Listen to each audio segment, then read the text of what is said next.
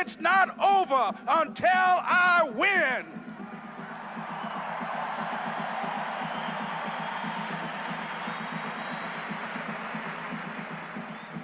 Repeat after me, please. It's possible. I can live my dream. It's necessary. I work on myself. Surround myself with winners. Become creative. It's me. I've got to make it happen. It's not over until I win.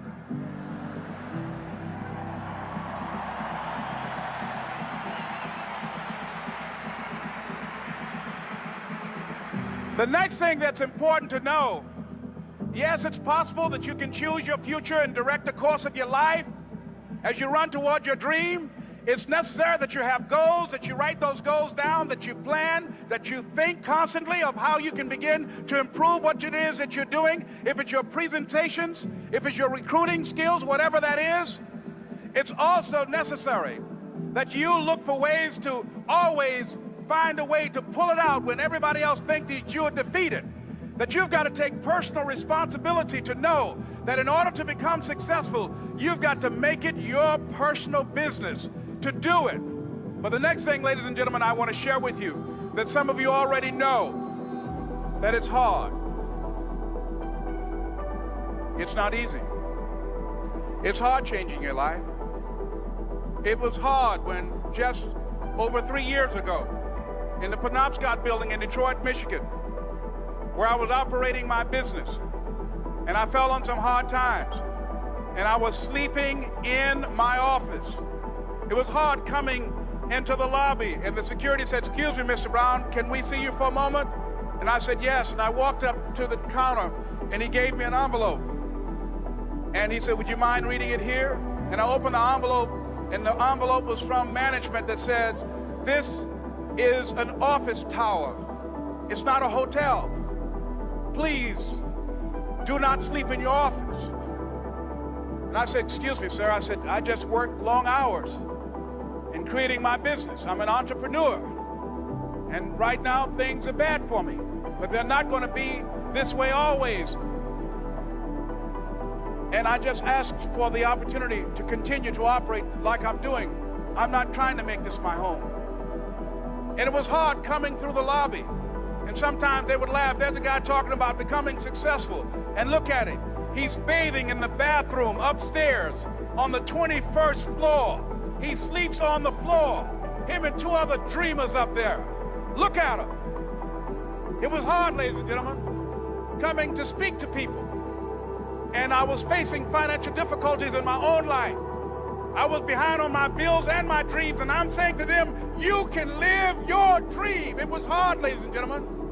It was very difficult to pick myself up each day believing that I could do it. There were times that I doubted myself. I said, "God, why is this happening to me? I'm just trying to take care of my children and my mother. I'm not trying to steal or rob from anybody. Why did this have to happen to me?" It was very hard. And here's what I want to say to you. For those of you that have experienced some hardships, don't give up on your dream. No one could have convinced me by holding on, by continuing to push forward, by continuing to run toward my dream, that one day I would have my own talk show. It's a long shot, ladies and gentlemen, from Liberty City, an abandoned building on a floor, never knowing my mother or father. It's a long shot. Being here with you today in this dome in Atlanta, it's a long shot. No college training, labeled educable, mentally retarded, but I kept running toward my dream.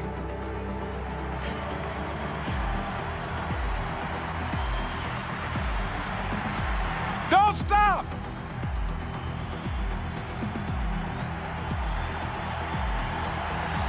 Don't stop.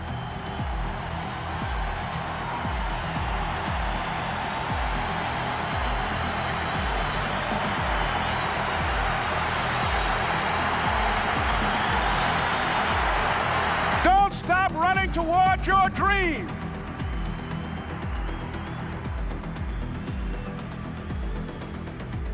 It's very important as you hold on to that dream. There are moments when you're going to doubt yourself.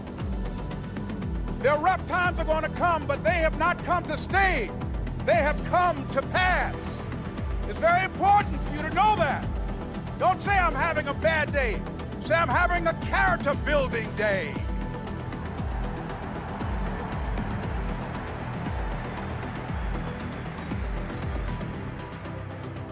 It's very important for you to believe that you are the one to make this happen. I remember this high school teacher, Mr. Leroy Washington, at the end of school one June, it was just a few days before we were supposed to leave, and I just got my report card, and it indicated that I'd failed history, and I'd failed English, and I would have to go to summer school.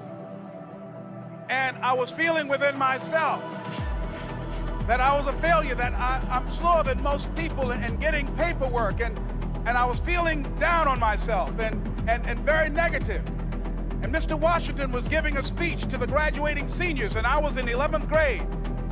And even though I wasn't supposed to be in there, I went in there because the speech he was giving, that speech was for me. And as he talked, my heart began to beat fast. Tears began to run by my eyes, and I was in the back just listening to him because he said, and he was a very dramatic man. I still talk to him to this day. He said, as graduating seniors of Booker T. Washington High School, I want you to know that you're blessed and highly favored, and that as you go toward the future, begin to know that you have greatness within you. And if just one of you here begin to envision yourselves as being blessed and highly favored to reach your goals, if just one of you capture the essence of what that means, that you have greatness within you and a responsibility to manifest that greatness, that you can make your parents proud, you can make your school proud, you can touch millions of people's lives, and the world will never be the same again because you came this way. And the students gave him a rousing standing ovation. And as he left the auditorium, I ran down the steps and I caught him in the parking lot. I said, Mr. Washington? He said, yes. I said, do you remember me, sir? He said, no. I said, my name is Leslie Brown. My mother, she works in the cafeteria here. I'm one of the twins, Leslie and Wesley. I said, Mr. Washington, but you know, I got these big dreams. You know, I like talking to people. I love people. I said, I want to work with people, and I got this dream of buying my mama a home. Could I do that, Mr. Washington? He said, it's possible, Mr. Brown. And as he walked away, I called him again. I said, Mr. Washington? He said, what do you want now? I said,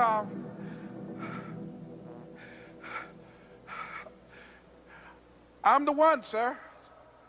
I said, I'm the one. You remember me, sir. I'm Miss Mamie Brown's boy. I'm the one. I'm the one.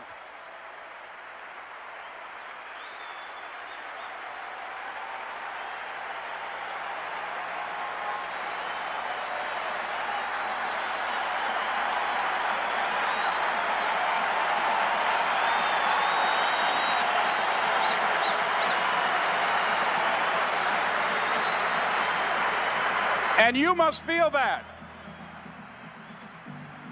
that's why you're here, because you are the one.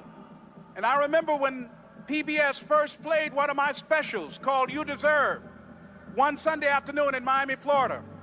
I had some friends call him to tell him to tune in.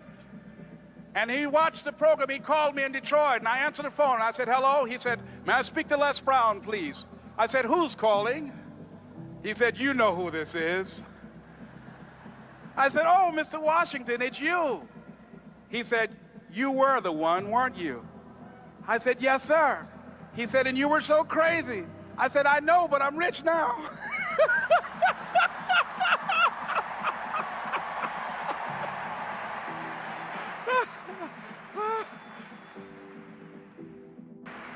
Ladies and gentlemen, it's not going to be easy. It was hard laying on the floor of the Penobscot building, looking out of the window, daydreaming, saying, Les, can you do this? Can you make this happen?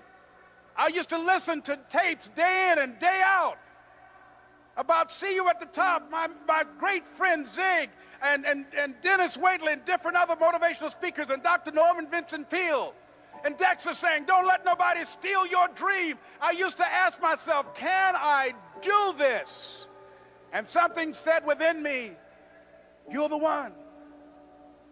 You're the one. And let me tell you something, ladies and gentlemen. While you're here, and before you go back home to your respective cities and communities, write down at least 5 reasons on why you deserve your dream, on why you won't give up, what's going to make you unstoppable, why you must be unreasonable, because logical, practical thinking says you can't do it today. But if you want to produce unreasonable results in your life, like living your dream and taking charge of your destiny, you've got to be an unreasonable person. You've got to be an uncommon person. So write down the reasons of why you're here. My first major goal was to buy my mother a home. And let me tell you something, ladies and gentlemen. What will reasons do, Les? Nietzsche said, if you know the why for doing, you can endure almost anyhow. What do you mean by that? If you know why you're doing something, when the hard times come, and they're going to come, when the disappointments and the rejections come, and they're going to come by the truckloads, your reasons will be your rod and staff to comfort you, to pick you up. Once again, I got a saying on one of my tapes, if life knocks you down, try and land on your back, because if you can look up, you can get up. Let your reasons get you back up.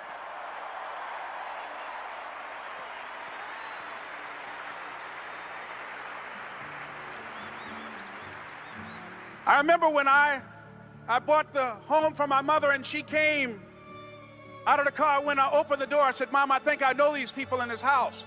That was my first major goal. And then I couldn't conceal it anymore. I said, Mom, I got this for you. And as she went from room to room, looking at the house and saying, thank you, Jesus. Thank you, Lord. No one ever could have convinced me that this could have happened to me. And she looked at me and she said, Leslie, and you caused me so much problems as a boy. You were always into stuff. She said, no one could have convinced me that day when I walked in that house and this lady was holding you and your brother. And she said, ma'am, I want you to promise me 2 things. And she said, what is it? She says, 1, promise me that you won't separate them. She said, I want them raised together. I want them to know each other. I got pregnant while my husband was away in the war, and I can't keep them. Promise me that you won't separate them. She said, I promise I won't. I've never had children. I promise I won't separate them. And she said, promise me that you'll never tell them about who I am, because if my husband ever found out, he would kill me. She said, I promise. And she said that she gave them to us, and she kind of cried, and she was walking out the door, and she looked at my adopted mother. She said, remember, don't you separate them. She said, I swear to God, I won't separate them. I'll keep them together. And she said, as I held y'all in my arms, I never had any children of my own. I didn't know how I was going to do it, but I knew with the help of God, I will do it. And ladies and gentlemen, my mother had a dream of having children and raising us. She didn't know how she was going to do it. You're going to be just like that. And some of you are already there.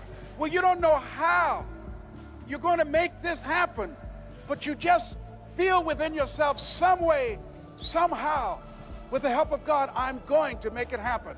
Repeat after me, please. No matter how bad it is, or how bad it gets, I'm going to make it. I'm going to make it.